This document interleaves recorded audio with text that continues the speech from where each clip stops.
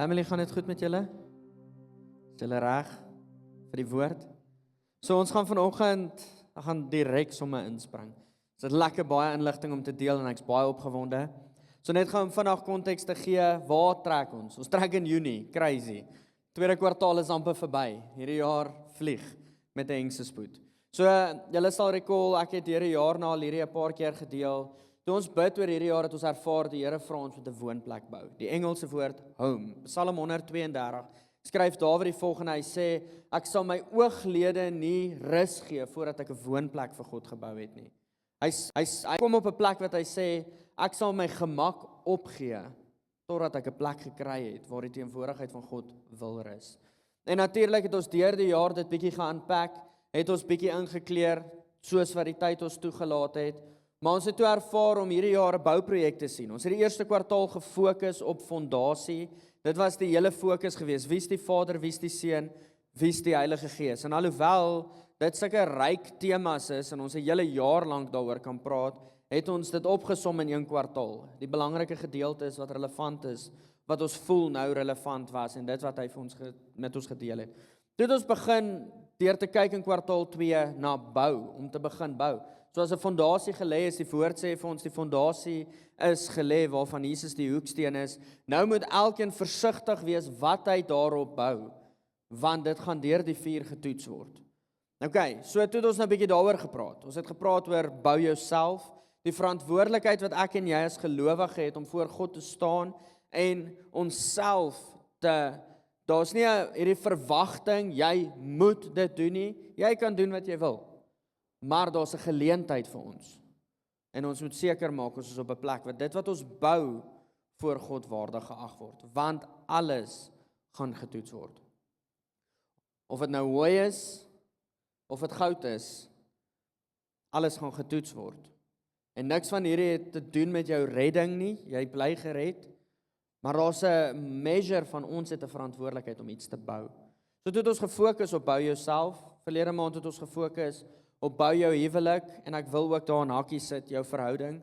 Hierdie maand gaan ons oor na bou jou kinders. En natuurlik voor die tyd het ek net gou konteks gegee, ek weet, almal is nie in die seisoen van kinders nie. Van julle is nog nie eens in die seisoen van trou nie. Jy sit dalk nou hierso, ag jene, hierdie preek gaan oor my kop gaan.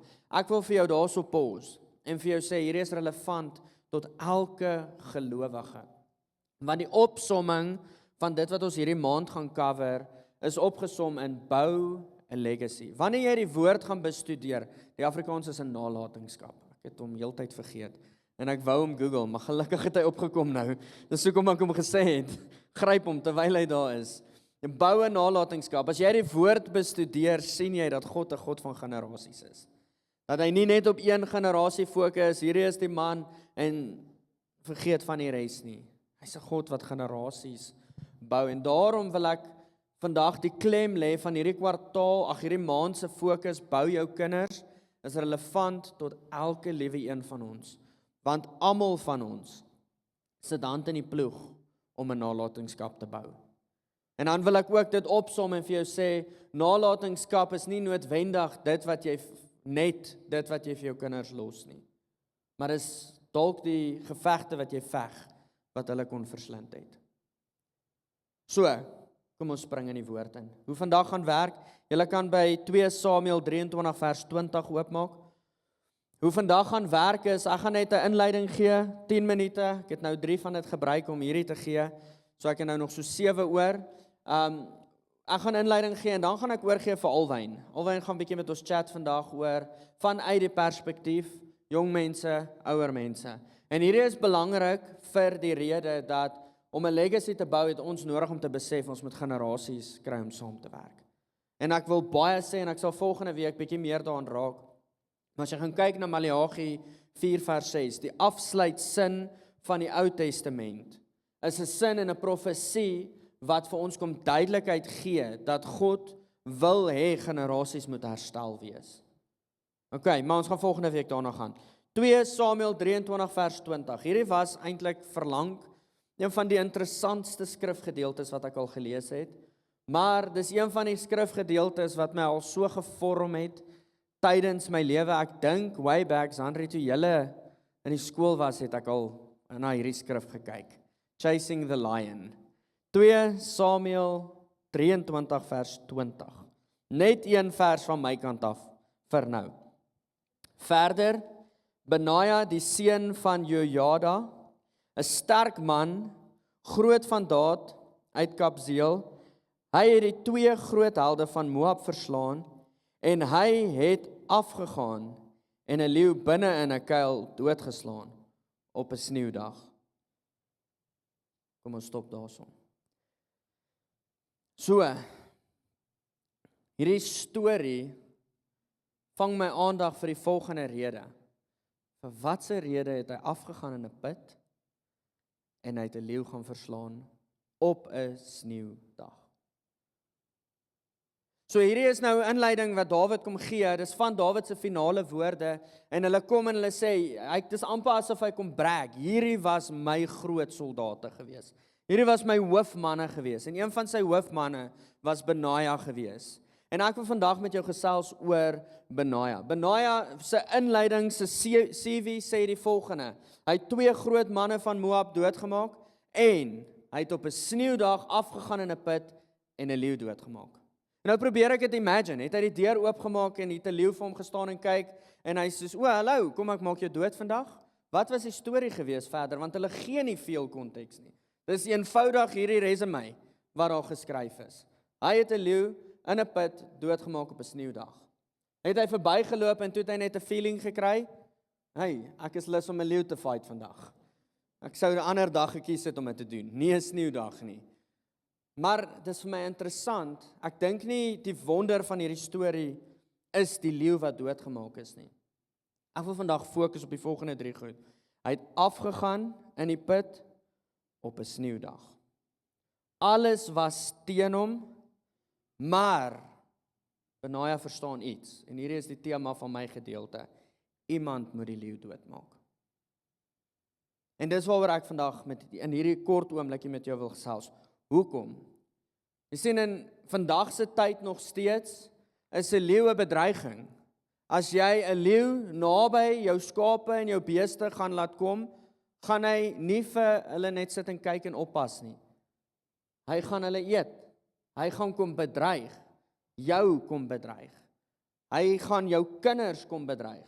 Het julle al gesien by leeuplase, dis maar die beste vergelyking nou, as daar 'n kind verby daai draad loop, is daai oë in. Dis soos, jy's eintlik geïntimideer en hy kyk nie eens vir jou nie. Hier's 'n draad, maar daai oë is op daai kind. Jy sien, die realiteit van 'n leeu is, hy bring 'n bedreiging. En Benaja kom agter dat iemand het nodig om hierdie bedreiging in die oë te kyk. Benaja kon dit nie ignoreer nie. Maar derdens sien ons hierso, sy karakter was geopenbaar. Hy het nie gereageer en gesê, hierdie is nie my probleem nie, dis iemand anders se probleem. Die realiteit is, as hy nie die leeu verslaan het nie, kon hy die leeu wees wat sy kinders verslind. En vandag wil ek vir jou sê, ouer, jy is dalk nou soos, wat het hierdie te doen? Of nie net ouer nie, gelowige, die leeu wat jy nie nou face nie, is die leeu wat jou kinders gaan verslind, potensieel. Is die leeu wat gaan kom maak, dat die erfporsie wat jy moet los, verwoes gaan wees. Hy was die soort man wat nie stil gebly het, as iets aangespreek moes word nie. So Benaja besef die volgende, iemand moet die leeu doodmaak. En ek wil vandag vir jou vra, as jy notas neem, skryf dit vir my neer asseblief. Iemand moet die leeu doodmaak. En wanneer ons praat van bou jou kinders, gaan dit nie eers oor wat jy vir hulle gee, wanneer jy eendag hierdie woning verlaat nie. Dit gaan oor wat jy doodgemaak het, voordat hulle daar aankom. Wat se fights was jy bereid om te fight? En ja, ons kan nou debatteer, elkeen moet sy eie fights deurgaan. Dis dalk hoekom gelowiges is waar ons is, sonder 'n erfporsie. Maar dankie tog, in Jesus het ons 'n erfporsie. In hom kan ons vandag lewe, beweeg en in krag opereer. So hier is die volgende 3 punte, dan gaan ek klaar maak en vir alweer oorgee. As jy neerskryf, ek het hulle kort probeer opsom. Punt nommer 1, wat jy konfronteer, hoef jou kinders nie te erf nie. wat jy konfronteer, hoef jou kinders nie te erf nie. Kom ons kyk na die issue van vandag. Pornografie. Dalk het dit toegeneem want dit was weggesteek in die verlede en ouers het nie die leeu's gefight nie. En vandag is dit besig om society te verslind.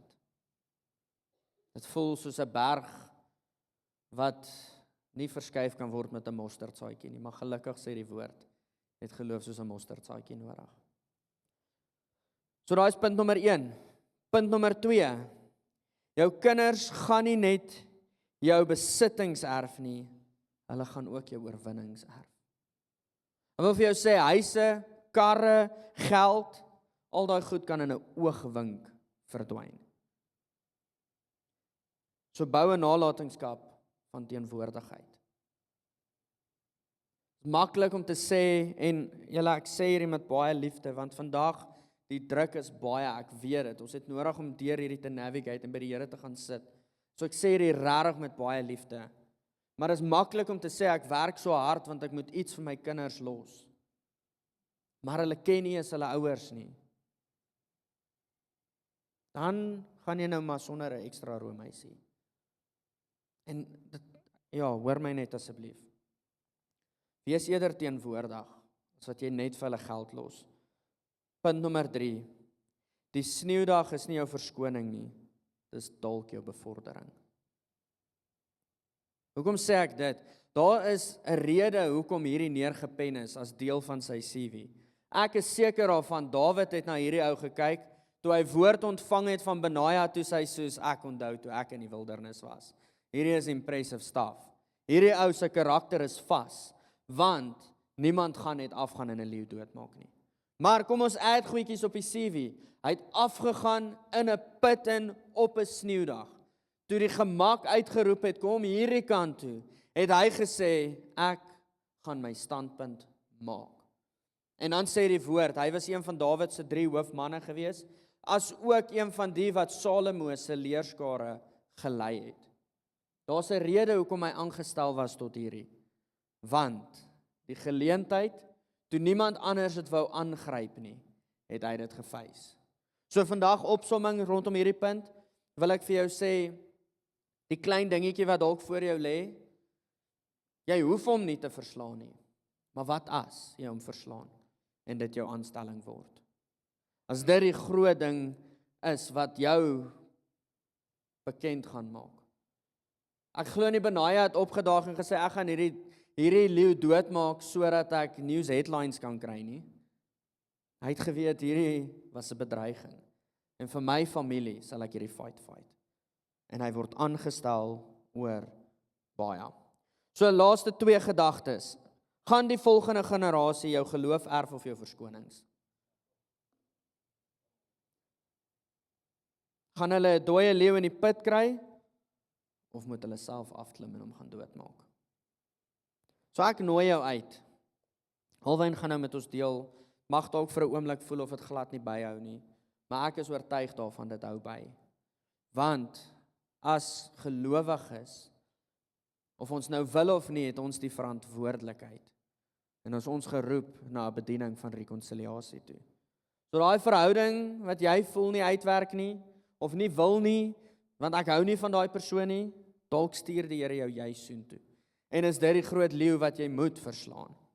So, Here, ek wil vra dat U sal kom en in hierdie tyd, hierdie seisoen van bou, die volgende generasie boukinders, wil ek vra dat U dit sal seën, dat U teenwoordigheid op dit sal rus. En Here, ek wil ook vra dat U alwyn sal lei nou, soos wat hy met ons gaan deel, wat U met hom gedeel het. Here, soos wat hy gaan deel, wat hy al opgebou het in sy ervaring. Ek dank U vir geleenthede soos hierdie, waar ons saam kan staan en kan sê, Here, sal U kom. Ons roep uit Maranatha, kom, Here Jesus, kom, oor hierdie generasie en oor elke liewe generasie. Ek bid dat rekonsiliasie sal gebeur as gevolg van vandag. In Jesus naam, amen. Ek gaan vir jou gee, buddy. Dankie, pastor. Julle kry 2 preke op een dag, hè? Ek kom net na een diens toe. Lekker julle, so dit klink asof ek 'n 6 letter wie uit engine gesluk het. Ek klink so verskriklik diep. Dis net my keel wat nie so lekker is, verskoon my asseblief. Maar voordat ek begin, ek wil gou 'n paar testimonies deel, as julle reg daarvoor. As julle reg om dit te hoor, sodat dit hierdie week gebeur. So ek was by hierdie ook net hier by die straat af, en ek sien hierdie dames huil verskriklik baie. En ek is soos, Jesus, wat gaan aan? En ek vra soos, what's happening, what's going on? Sy sê nee, sy het nou net iemand gesien wat soos haar seun lyk. En ek soos, okay, cool, hoekom huil jy? Soos, en ek het nie dit van gevra nie, ek soos, okay, cool. Ek soos, hoekom huil jy dan? Sy soos, ek vra toe soos, wat gaan aan? Sy sê, nee, ek het my seun al vir 6 jaar nog nie gesien nie. Hy het weggeloop en hy het nog nie teruggekom nie. En hy's op drugs en dinge en goeie, en ek soos, okay, nee, vat my nommer so, amper vir 90% van mense wat ek my nommer voorgee, is mense waarvoor ek gebid het, want jy kan vir hulle bid nou, en dan sê hulle, ja, hulle het genees, maar hulle sê net eintlik so, want hulle wil nie, jy moet aanhou bid vir hulle, nie? So, dan 'n maand later, dan stuur ek vir hulle WhatsApp, het dit, was jou skouer nog reg of wat ook al, so ek gee toe my nommer vir haar, en ons bid daai dag vir haar seun, om terug te kom, sy het hom in 6 jaar nie gesien nie, en sy het my Vrydagoggend, die WhatsApp sy my te sê, hy het teruggekom huis toe, vir die eerste keer in 6 jaar, dankie dat jy saam my gebid het. Ja, dit is super cool, nee.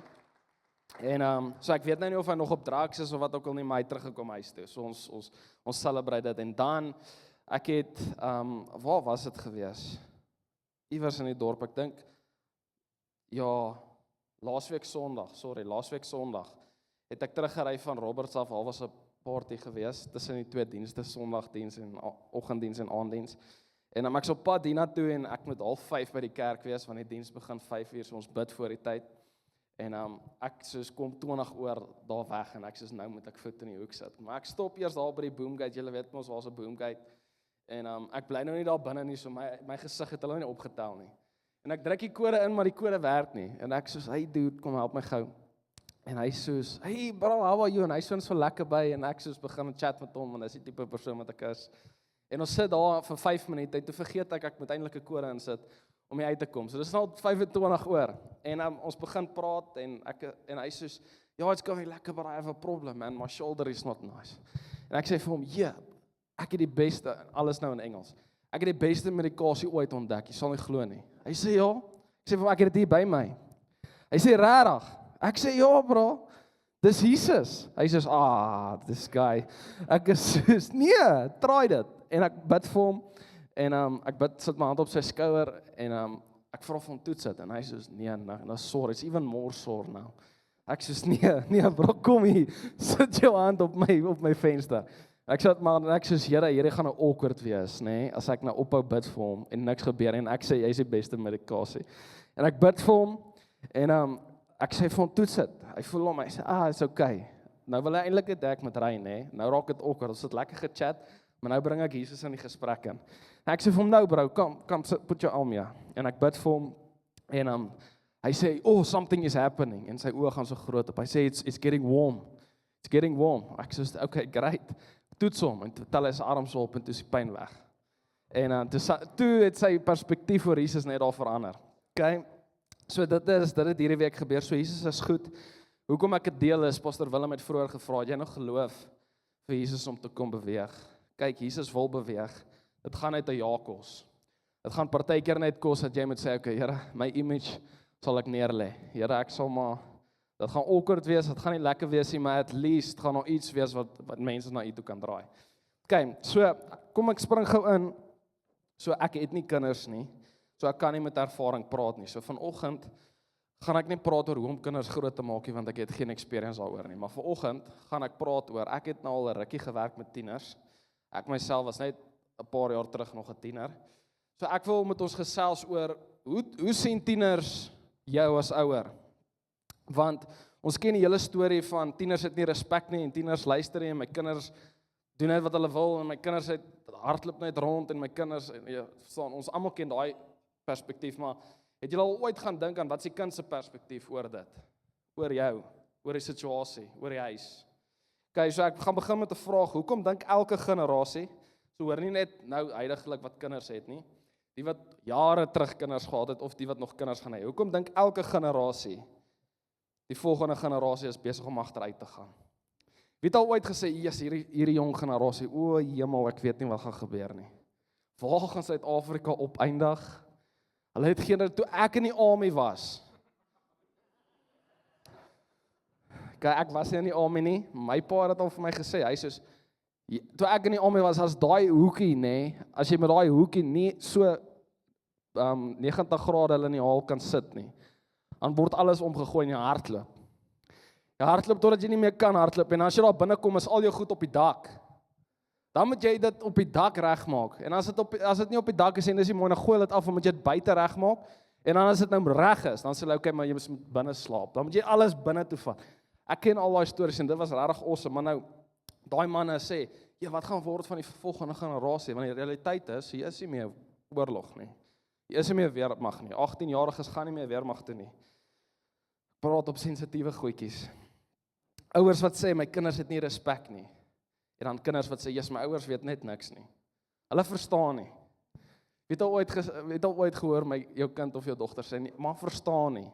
En jy wil soos, ek is al 30 jaar ouer as jy, wat verstaan ek nie? Nee, ouers, julle kan met my relate. Okay, so, julle weet, hierdie gesprek is nie net met ons generasie in 2026 nie. Dit was met jou ouers ook gewees. Hulle het dieselfde gedink oor jou. En hulle ouers het dieselfde gedink oor hulle. En hulle ouers het dieselfde gedink oor hulle, en ons staan nog steeds hier vandag. Nou, ek sê nie, die generasie is besig om te improve nie. Wat ek net wel sê, is, dalk is dit nie 'n generation alpha. So dit is nou die van 0 tot 13, of 'n Gen Z wat ek is, of 'n millennial, of 'n baby boom. Dalk is dit nie 'n generasie issue nie. Dalk is dit 'n hart issue. Dalk is dit 'n mens issue. So ek gaan 'n bietjie daarin delf, maar voordat ons daarin delf, kom ons kyk bietjie na die generasies. So ek weet dit is nou 'n sensitiewe topik van hoe oud jy is, maar steek asseblief jou hand op as ek by jou gekom het. So kom ons begin heel onder. Wie van julle is 0 tot 13, dis die kinderkerk? Okay. Never mind. So dis generation alpha. So almal wat nie in die kerk is nie, dis hulle. Okay. So wie van julle is tussen die ouderdom van 14 en 29? Ja. Okay, dis baie in die kerk. Okay, so ons is Gen Z's, okay? Generasie Z, Gen Z's. Okay, wie is van die ouderdom van amper skiep ek een. 30 tot 45. Steek op jou hand. Okay? So julle is millennials, right? Wie is Generation X van 46 tot 61? Tussen 45 en 61. Okay? Awesome, so julle is Gen X en dan baby boomers van 62 tot 80. Hier raak dit nou sensitief, wil nou nie jou hand opsteek nie. Okay, en dan is die enige silent generations, almal bo 80. Nie vandag nie. Okay, great. Hulle is silent. Dis so great. Okay, julle, kom ons gaan gou na Spreuke 3 vers 5 toe. Blaai gou saam met my sin toe. Gaan ons dit gou lees.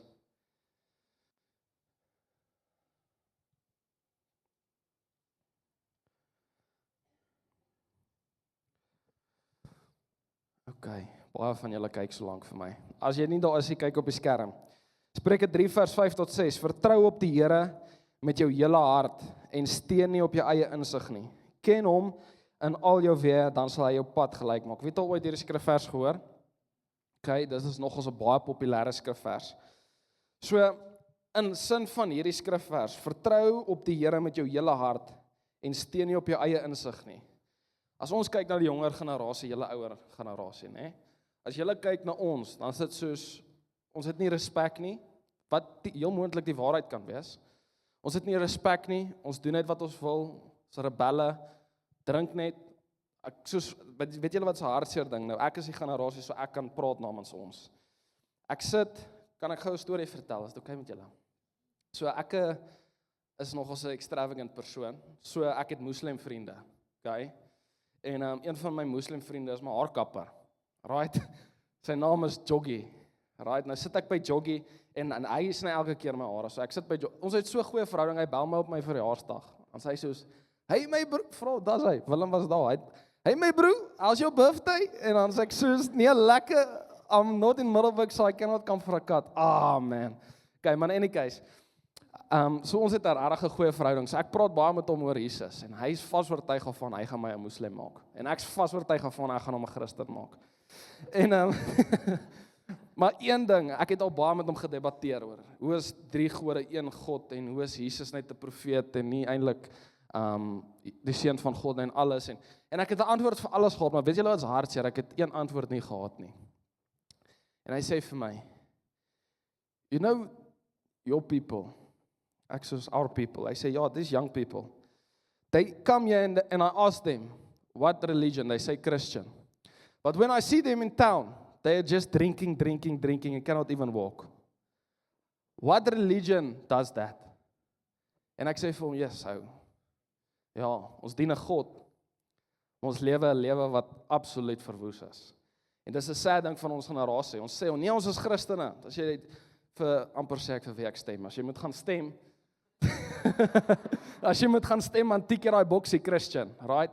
Maar jy's glad nie eintlik een wat so lewe nie. Okay, so dit is wat ons generasie verkeerd doen en ek bid en ek vertrou die Here dat ek 'n rol gaan speel om dit te verander. Maar in any case, wat ek nou toe wil kom is Spreuke 3 vers 5 tot 6. Vertrou op die Here met jou hele hart en steun nie op jou eie insig nie. Ons moet Jesus vertrou vir die jonger generasie.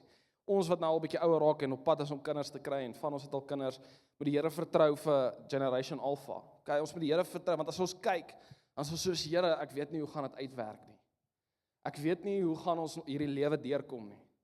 Ek weet nie hoe gaan hierdie generasies meng met mekaar nie, want ons kan net nie oog tot oog sien nie.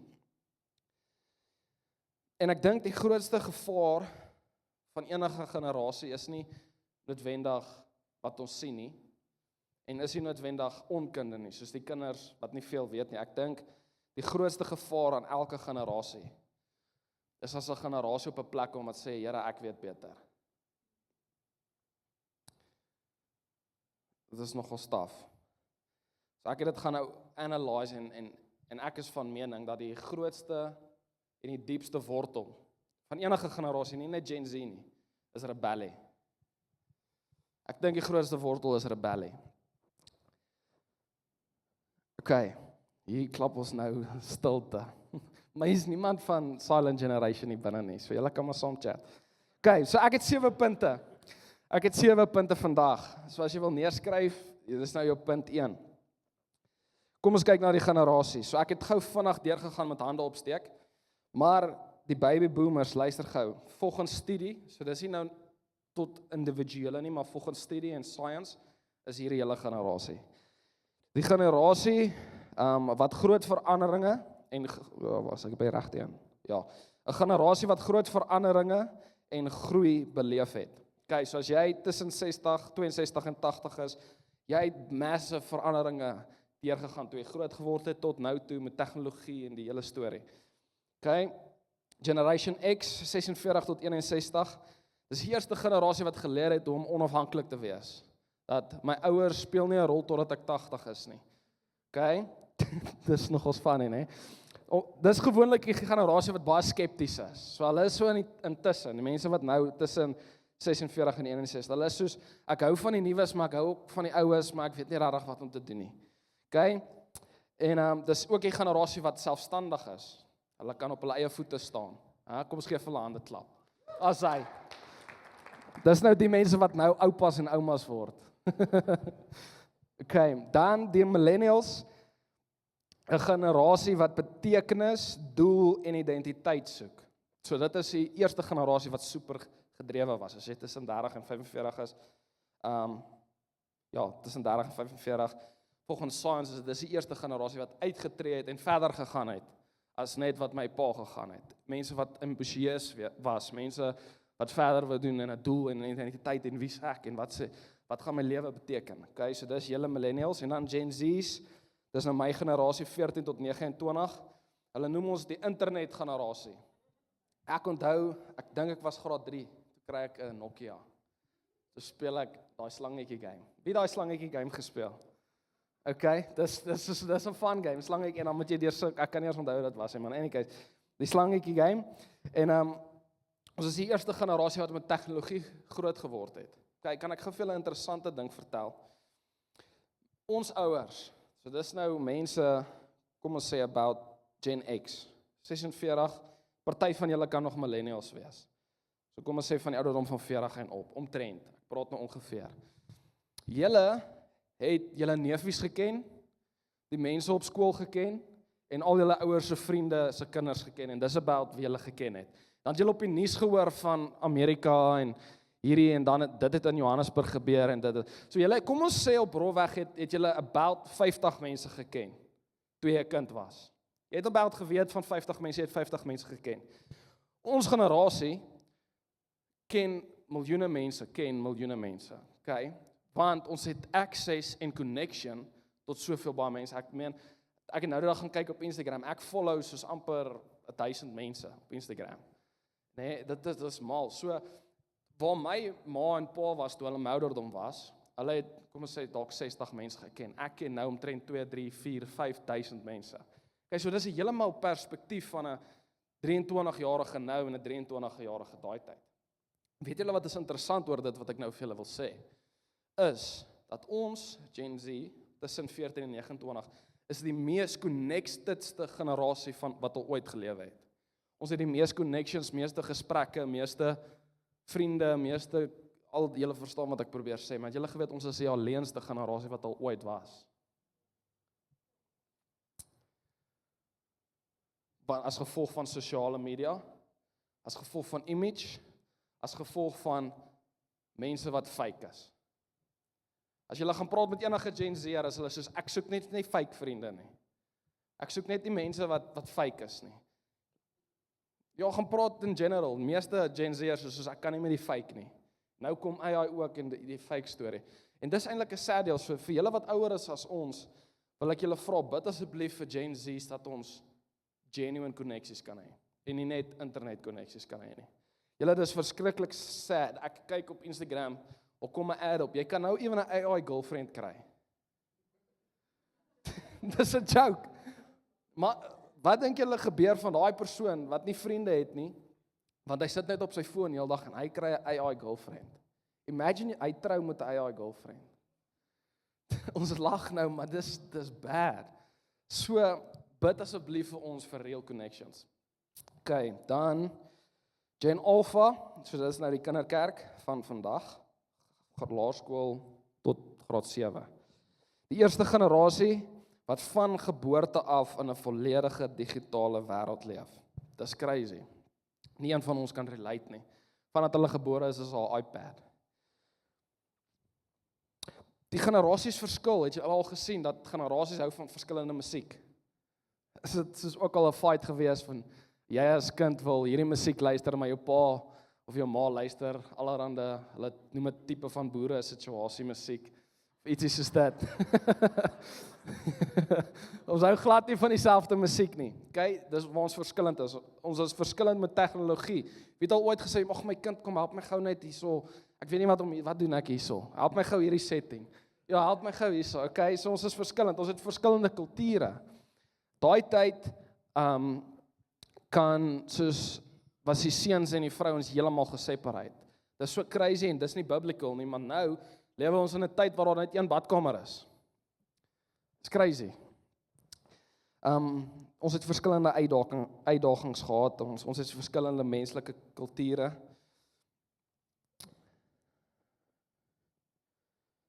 Ja, kom ons gaan gou na Romeine 3 vers 23 toe. Blaai gou saam met my sin toe. Ek glo ons het nou 'n stewige understanding oor die verskillende generasies wat hier binne sit. Hier is ook 'n baie populêre skrifvers. Ek het net populêre skrifverse gekies vandag sodat ons almal kan verstaan. Romeine 3 vers 23. Want almal het gesondig. En hoor so, nie Gen Z het gesondig nie of Gen Alpha het gesondig nie. Want almal het gesondig en dit ontbreek hulle van die heerlikheid van God.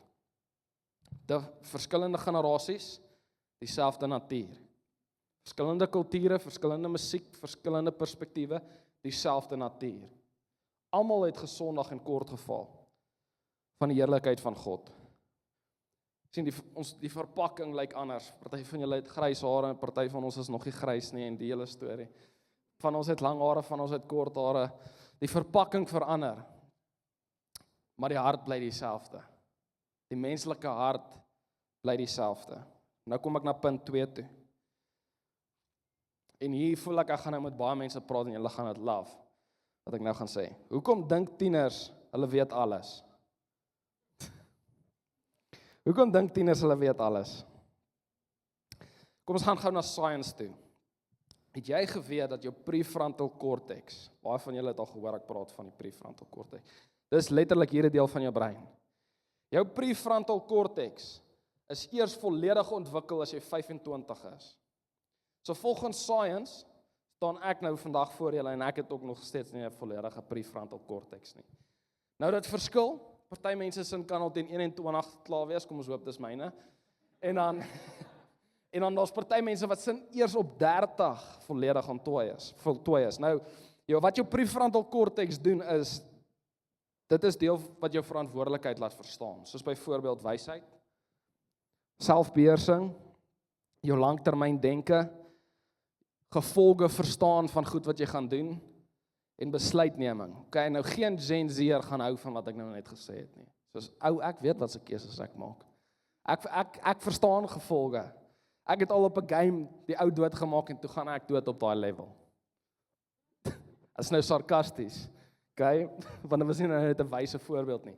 Okay, so ouers, ek wil hê julle moet verstaan, jou kind dink hy weet alles, maar daar's 'n verskil tussen wysheid en kennis. Ons jong mense het baie kennis. Ons het access tot 1000 meer inligting as wat julle gehad het op 22. Maar sê te sê ons is wys nie. Okay, maar nou moet jy pas op, jy kan nie net vir 'n tiener sê jy's nie wys nie. Ek het gehoor al in preek, jy het net baie kennis, jy's nie wys nie. So, moenie nie dit sê nie, want dan gaan jy nou eers hulle kwaad maak. Maar vir 'n Gen Z'er, ouers, jy moet verstaan dat soos ja, hulle het baie kennis en hulle kan inteendeel meer kennis as jy het. Maar wysheid is iets wat hulle dalk nog nie heeltemal ontdek het nie. Wysheid is iets wat nog nie heeltemal ontwikkel is nie. En jy as gevolg van jou wysheid moet jy dit reg navigate van, okay, ek het nou 'n klein mensie wat dink hulle weet alles en about 16 is. Probeer verduidelik dat al hierdie kennis moet ons channel in om goeie keuses te maak. Al hierdie kennis moet ons channel om in jou identiteit in te gaan. Al hierdie kennis wat jy het moet ons channel oor wat doen jy met al hierdie kennis wat jy het. Okay? En ouer, nie net oorweldig word met jou kind wat so baie weet nie.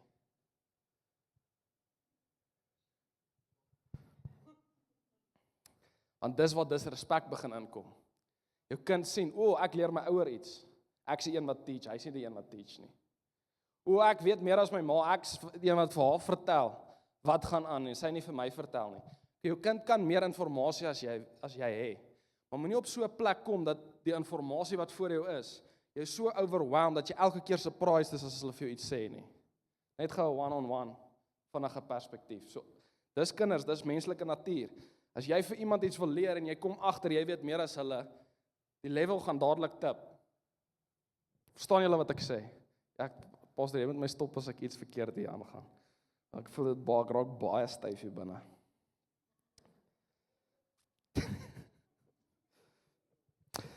'n Tiener kan ongelooflik intelligent wees, maar steeds nie wys wees nie.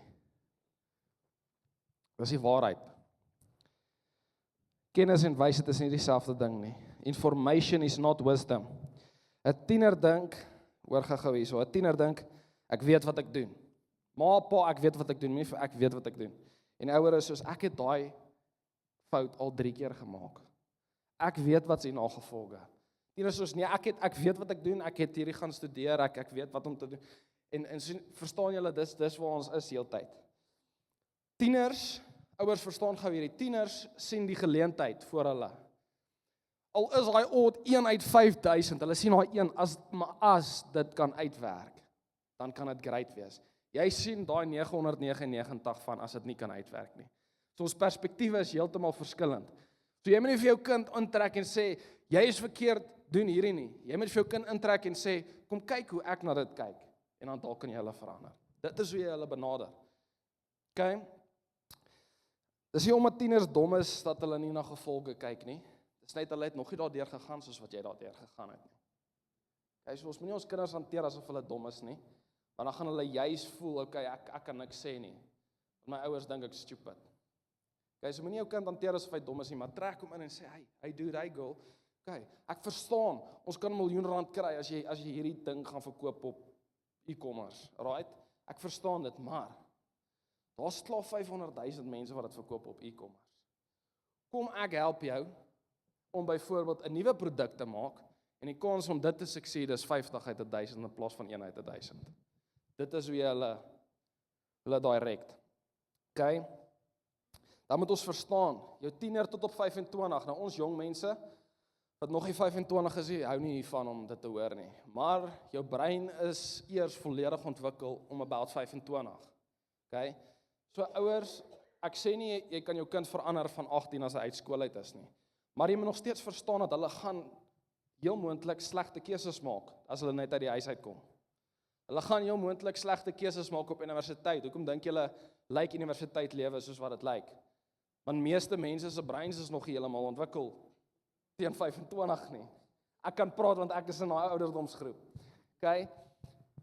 So, ons moet dit verstaan. Jy moet verstaan dat okay, my kind weet al baie en is al deur baie, maar die brein is nog nie heeltemal ontwikkel nie.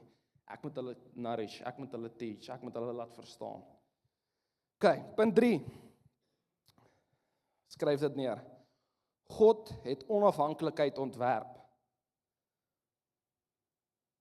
maar nie rebellie nie.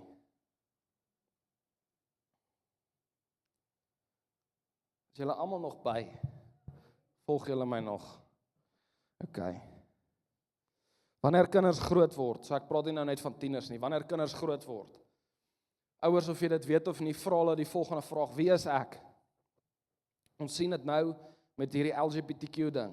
Tieners, kinders is soos, wie is ek? Is ek 'n seentjie, is ek 'n meisie? Wie is ek? Is ek slim, is ek sterk, is ek lank, is ek kort, is ek vet, is ek maar, wie is ek? Hoe pas ek in by my vriendegroep? Wat glo ek? Glo ek, toe my ouers my geleer het van Jesus, dat Jesus reël is? Wat glo ek? Dis vir jou kind, van die ouderdom van about 4 af, dalk party van hulle jonger, tot 18, vra hulle hierdie vraag, wie is ek? Wat glo ek? Waarheen gaan my lewe gaan? Dis nou 'n bietjie meer aan die ouer kant, hier by graad 9, 10. Wat gaan ek doen met my lewe? Waarheen gaan my lewe gaan? Wat is my doel? Okay? Dit is 'n normale ding, dis 'n gesonde ding. Dis deel van groei. Ek wil gou hierdie vir jou lees en dit gaan baie van ons dalk sjok. God het kinders ontwerp om uiteindelik onafhanklik te word. So dis die goal. Goal is nie om jou kind vir die res van jou lewe jou kind te hou nie. Okay, hulle sal vir altyd jou seun wees en jou dogter wees, maar jou kind moet iewers onafhanklik wees. So ons moet weet, ouer, as jy jou kind groot maak, waartoe maak jy jou kind groot? Want dis nou 'n eenvoudige vraag, maar soos, ek maak my kind groot, okay, maar wat moet my kind op jou einde wees dan? Okay, so dis 'n belangrike vraag om jouself te vra. Daar's 'n groot verskil tussen onafhanklikheid en rebellie, en ek wil gou 'n bietjie daarin indelf. Independence, en dis 'n groot ding, is jong mense is verskriklik rebellious, en dis unbiblical, dis verkeerd. Dus dis verkeerd om 'n rebel te wees. Independence, wat goed is, wat God create het, is ek leer om vir myself te dink. Dis 'n goeie ding. As jou kind op 'n plek is en sê, pa, ek leer om vir myself te dink, dis 'n goeie ding. Maar as jou kind op 'n plek is van sê, jy gaan my niks vertel nie, dis 'n slegte ding. Jy gaan nie vir my sê wat om te doen nie. Dis 'n slegte ding. Dis rebellie. En dis waar die gevaar begin. So ek wil red flags uitwys vir julle om te weet, okay, wat se angle gaan ek? Okay? So kind, as ek wil leer om vir myself te dink, Paul, laat ek hierdie doen. Of, jy gaan nie vir my sê wat om te doen nie, ek gaan nou hierdie doen. Dis rebellie. Wanneer onafhanklikheid verander in trots in, is ons op gevaarlike grond. Wanneer jou kind wil leer en dit verander en jy verwerp hulle, is ons op gevaarlike grond. Wanneer vrae verander in ongehoorsaamheid. Okay, en ek wil nie vir jou sê om jou kind groot te maak, want ek het nie kinders nie, maar van 'n kind se perspektief af. As jy elke keer gaan nee sê, gaan hulle ophou vra. As jy elke keer vir hulle gaan sê, jy mag, en dan gaan hulle self besluit wat mag ek en wat mag ek nie. Okay, so dan moet ja's in julle antwoorde wees, ouers, van 'n kind se perspektief af nou. Okay, punt 4. Julle geweet, die eerste menslike rebel was nie 'n tiener nie. Die eerste menslike rebel was nie 'n tiener nie. Ons blameer dikwels tieners, ons blameer sosiale media, ons blameer die internet, ons blameer Gen Alpha, kinders van wat nou tot 0 tot 13 is, of ons blameer Gen Z is, maar die eerste rebel in die Bybel was nie 'n tiener nie, dit was volwassenes gewees. Het julle dit geweet? Hulle gaan soos, oei, as ek nou vir julle gesê, hulle, o ja man, ek het dit geweet. Genesis 3, die slang, Adam en Eva, okay? Dit was die eerste rebelle gewees en hulle was volwassenes. Die slang het gevra, did God really say? Did God really say? En toe kom hulle later. En toe kom die versoeking. But you can decide for yourself what to do. Julle verstaan, julle, so ek hoef nie alles te lees, ek dink ek praat met gelowiges hier. Julle het die storie al 1000 keer gehoor. Okay, so toe kom die versoeking. En dis die wortel van rebellie. Dis nie TikTok nie, dis nie Instagram nie, dis nie tegnologie nie. Dit is, ek wil self besluit wat reg is en wat verkeerd is. En dis die gevaar van ons as Christene. Ons gaan op ons binnekantse gevoel van wat reg en wat verkeerd is, en nie op die Bybelse gevoel wat reg en verkeerd is nie. Ek het al altyd al baie hierdie storie gehoor van, binne jou weet jy wat's reg en verkeerd, en tot 'n mate is dit waar. Net as jy die gees van die Here in jou het. Okay? So 'n gevaarlike plek om te wees in generasies, en wat ons vir mekaar om te intertwine, vir die ouer generasie en die jonger generasie, is ons gaan op een ding moet saamstem, en dis wat reg en verkeerd is. Nie ek gaan vir jou sê wat's reg en verkeerd nie, en die jonger generasie, ek gaan vir jou sê wat's reg en verkeerd. Ons kort een platform, en dis die Bybel. So as ons almal kan terugkom na die Bybel toe, gaan ons van daar af baie verder kan gaan. Punt 5. Die ware oorlog is nie tussen ouers en kinders nie. Al voel jou huis soos 'n oorlogveld. Die ware oorlog is nie tussen ouers en kinders nie. Ons sal dit nooit sê nie, maar in jou mind en in jou subconscious, het jy geweet, dat jou prefrontal cortex, die van julle ouer as 25, dit is al jou rasionele keuses. Dit is wat jy dink, dis hoe jy prosesseer, dis hoe jy die wêreld sien, al daai goedjies, buitenkleer en so aan, dis nou verder in jou brein in. Wat jy geweet, is about 20% van jou breinwerking. Jy geweet, 80% van jou breinwerking is subconscious. Dit wat jy nie aan dink nie. Okay? Hoekom vertel ek hierdie vir julle? Ek vertel dit vir jou, want jou subconscious speel 'n groter rol as jou consciousness, want konstant verander hierdie brein hoe jy goed sien. Ons het eers gedink, bakkies met groot wiele is mooi. Okay, nee, ons dink dit nog steeds. Ek wou net 'n grapie ingooi. Julle het bietjie styf geraak. Okay, maar net vir informasie, so jou subconscious is dit wat jy jouself konstant leer, dit wat jy lees, dit wat jy luister, dit wat jy na kyk, dit wat die mense om jou sê. So jou subconscious moet jy regvoed, want dan gaan jy nou na die volgende punt toe vat wat dit baie belangrik maak. Kom ek gaan net gou terug. Hou aan daai thought vas. Kom ek gaan gou terug. Die ware oorlog is nie tussen ouer en kind, ouer generasie teen jonger generasie nie. Ons fight eintlik dieselfde oorlog en ek wil julle gou vertel wat dit is. Die oorlog is God se wysheid teen menslike trots. Dis die geveg wat ons veg. Dis die root van rebellie. Al weet jy wat die waarheid is, jou trots kan jou keer van om in die waarheid te loop. Jy weet jy pa sê eintlik die regte ding. Maar jy is net so trots dat jy sal eerder die verkeerde pad volg as om te luister vir jou ouers. Okay? Elke generasie kom uit dieselfde plek uit. Gen Z'ers, Alphas, Millennials, Gen X, Boomers, Silent Generation. Elke generasie sê uiteindelik, en meeste van die tyd gebeur dit as jy jonk is, wat sad is, maar sê uiteindelik, ek hoor wat God sê, ek hoor die Bybel, maar ek dink, net daai woorde, ek hoor wat jy sê, maar ek dink, Jesus, ek dink, dat soos 2000 jaar terug het jy goeie idees gehad, maar nou, ons sal dit nou nie in soveel woorde sê nie, maar dis wat in jou subconscious gebeur, is wanneer ons sê ek dink, en wanneer die Bybel nie meer jou grootste realiteit word nie. Sien, die woord was God, Johannes 1, die woord is God. En baie keer sien ek, hoe gelowig is, die Bybel en Jesus split. Almal wil by Jesus wees, maar niemand wil die Bybel lees, het jy geweet, dis een.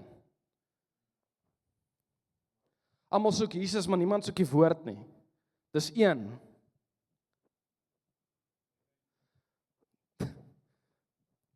Ons kort die woord sodat ons Jesus kan verstaan.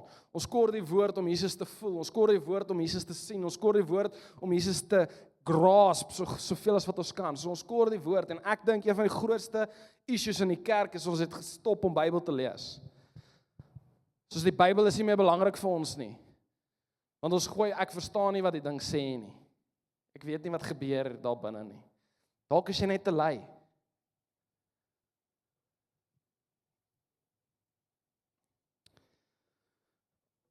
Punt 6.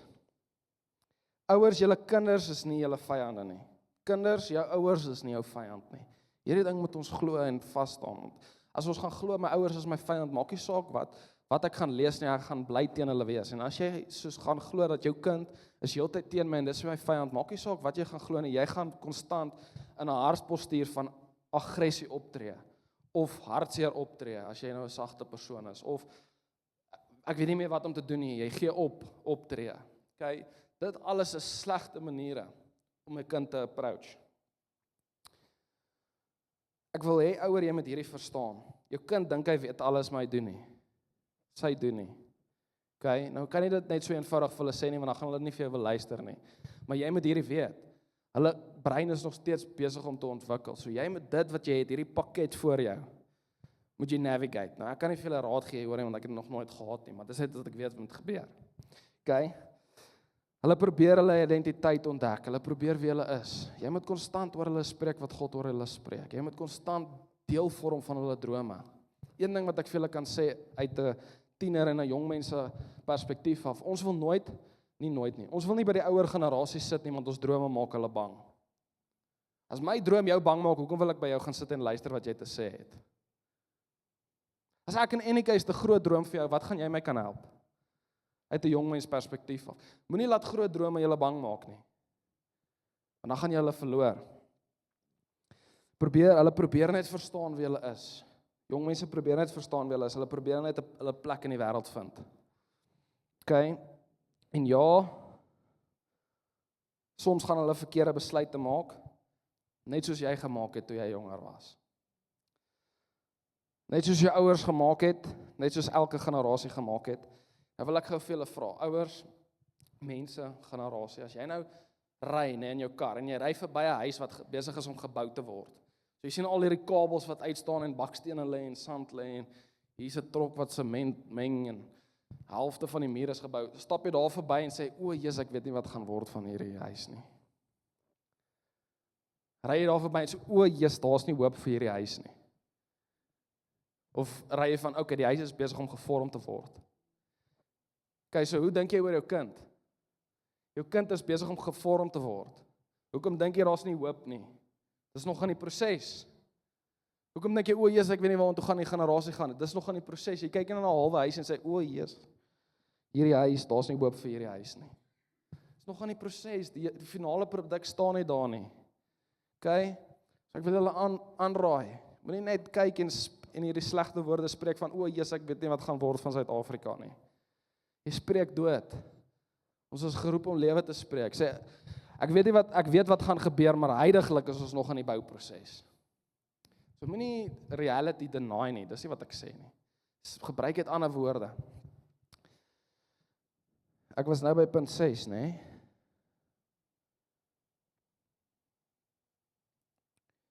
Ja, dis wat ek wou gesê het. Okay, punt 7, dis my laaste punt en dan het ek 'n afsluiting. Wat het kinders die meeste nodig? Nou ek wil gou een ding sê, kinders het dissipline nodig. Dissipline is crucial. Kinders het grense nodig. Kinders het korreksie nodig. Dis die waarheid. Okay, ouers, jou kind het grense nodig. Jou kind het korreksie nodig. Jy is nog steeds die ouer. Maar hier is een ding wat ek wil noem. En dis een ding wat vir my sad is en veral in die Afrikaner generasie is 'n pa, is gewoonlik die pa's. Ek sê nie pa's, sorry dat ek op julle pik, maar jy sê vir jou kind, moenie doen wat ek doen nie, doen wat ek sê. En dis die grootste unbiblical ding wat jy kan sê. Deuteronomium 6 vers 6.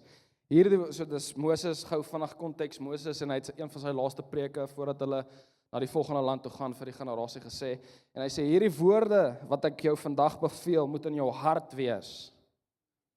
Jy moet dit jou kinders inskerp en dan om verder te lees en daaroor spreek as jy in jou huis sit en as jy op die pad is en as jy gaan lê en as jy opstaan. Okay, so, kind gaan nie doen wat jy vir hom sê nie, kind gaan doen wat jy doen. Kan ek gou vir jou sê, het jy geweet dat 90%, nie 90, 70% van julle gaan enetjie as jy môre onthou wat ek nou net gesê nie. Net so gaan jou kind nie onthou wat jy gesê nie. Hoeveel keer ouers het jy al gesê, ek het jou al 10 keer gesê. Net dit is vir jou 'n bewys dat kinders gaan nie onthou wat jy sê nie. Maar kinders gaan onthou wat jy doen. En ouers, julle gebruik escape codes om te sê, kind, doen wat ek sê, nie wat ek doen nie, en dis verkeerd. Jy kan nie verwag van jou kind om 'n sekere manier te leef as jy nie doen nie. En 'n sad ding, en ek praat nou dalk bietjie hard, maar 'n sad ding, ek sien ouers wat nooit verder gegaan het in die lewe en goed bereik het nie. Nou wanneer hulle kinders het, forceer hulle kinders om A-span rugby te speel, want hy kon nooit C-span beter speel nie. 'n ouer wat nooit suksesvol was nie en nooit universiteit toe kan gaan nie, forceer sy kind, jy moet 'n beurs kry, jy moet al hierdie goed, want die ouer kry sy vervulling in sy kind of wat ook al. En dis verkeerd, ouers. Jou kind is nie daar om jou vervulling te bring nie. Jesus is daar om jou vervulling te bring.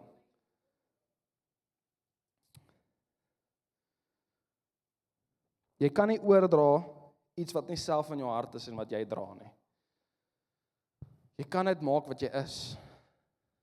Jy kan nie maak wat jy wil maak nie, as dit nou kom by kinders. Kan net vir jou kind leer wie jy is. Maak seker, jy's gesond. Maak seker, jy's die persoon wat jy wil hê jou kind moet wees. Anders kan jy nie verwag van jou seun om daai persoon te wees nie. Ek gaan afsluit.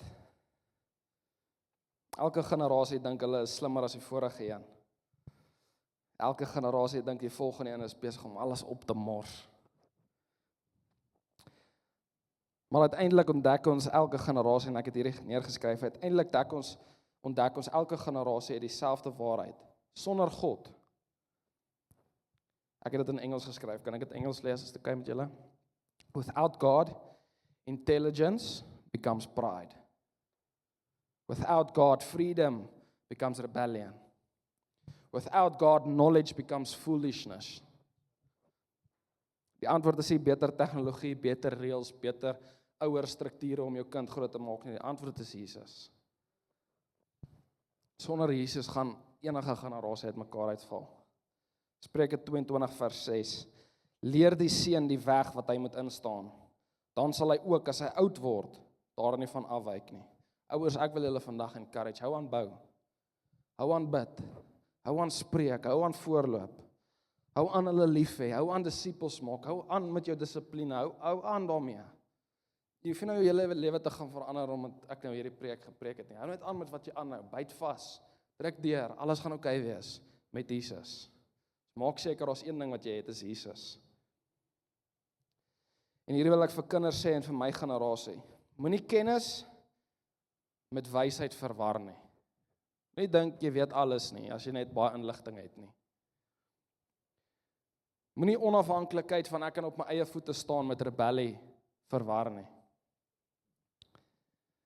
Moenie jou opinie met God se waarheid verwar nie.